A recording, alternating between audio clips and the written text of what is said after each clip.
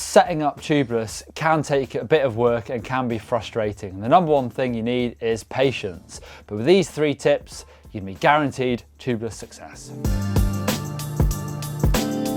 One of the biggest problems with fitting tubeless tyres is trying to get the tyre seated. So you need to pump really hard and fast, try and get that tyre to pop onto the rim and then give you that seal.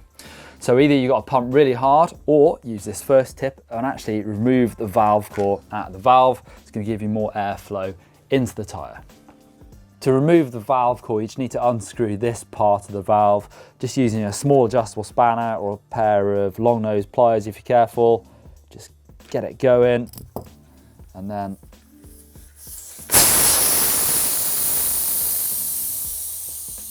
so with the valve core removed, now you can pump really hard, you're going to get more air into the tyre, and hopefully it's going to pop the tyre onto the rim.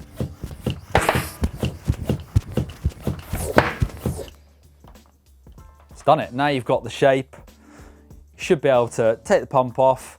It's obviously going to let the tyre down, but you've now got the tyre seated onto the rim. So stick the valve core back in and you should be good to go. Okay, so if you've tried removing the valve core and you've pumped like mad, you're sweating, but it still hasn't popped the tyre onto the rim, that is where something like this Toe Peak Joe Blow booster works really well. Basically, use this pump to pump up this air chamber here to 160 PSI, flip this switch and it gives you this massive whoosh of air that should hopefully pop the tyre onto the rim.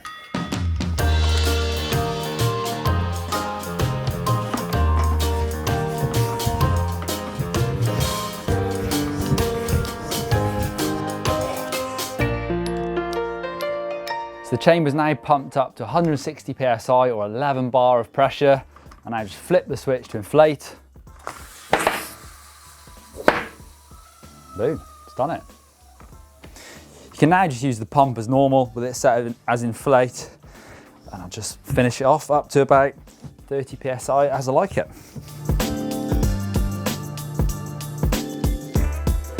So if you've managed to get the tyre seated and pumped up, but it's gradually losing air, I'd first say maybe just try riding it. That'll spin the sealant round and that can fill any small gaps you've got. If that doesn't work, then it's time to just add a little bit more sealant. On the bottle, it should tell you how much to add. I've got a 27.5 inch tyre, so it says 3 to 4 ounces. And I tend to go on the sort of the higher end of the scale and put a little bit more in. Yes, it weighs a little bit more, but it's probably going to do the trick. So, first thing to do is to remove the valve core. So this particular brand of tubeless sealant has got this nifty little dipstick, so I can actually put it through the valve just to have a look, see how much sealant I've got in there already. And yeah, there's only a tiny little bit at the end of that, so I'm definitely going to add some more. I've also got this cool little tube I'll screw on the end and just squeeze some more sealant into the tyre. These valve cores can get a little bit gunked up after a bit of time with tubeless sealant, and if they're slow letting air in or out, I would think about probably replacing them. They're dead cheap and it'll save you some headache further down the line. So screw that back in, pump your tyre up, give it a spin, and you should be good to go. Whilst you're screwing the valve core back in, also make sure the valve is nice and tight into the rim, because that can be a cause of a bit of air leakage. So there you go, there's a few things to try and work out with tubeless tyres, but it's definitely worth trying to do it because they do ride that much better and you don't get any pinch punctures with them. If you want to see some more videos on GMBN, you can click up there for how to convert to tubeless and click down there for tyre pressures explained. Click on the GMBN logo to subscribe and give us a thumbs up if you found this video useful.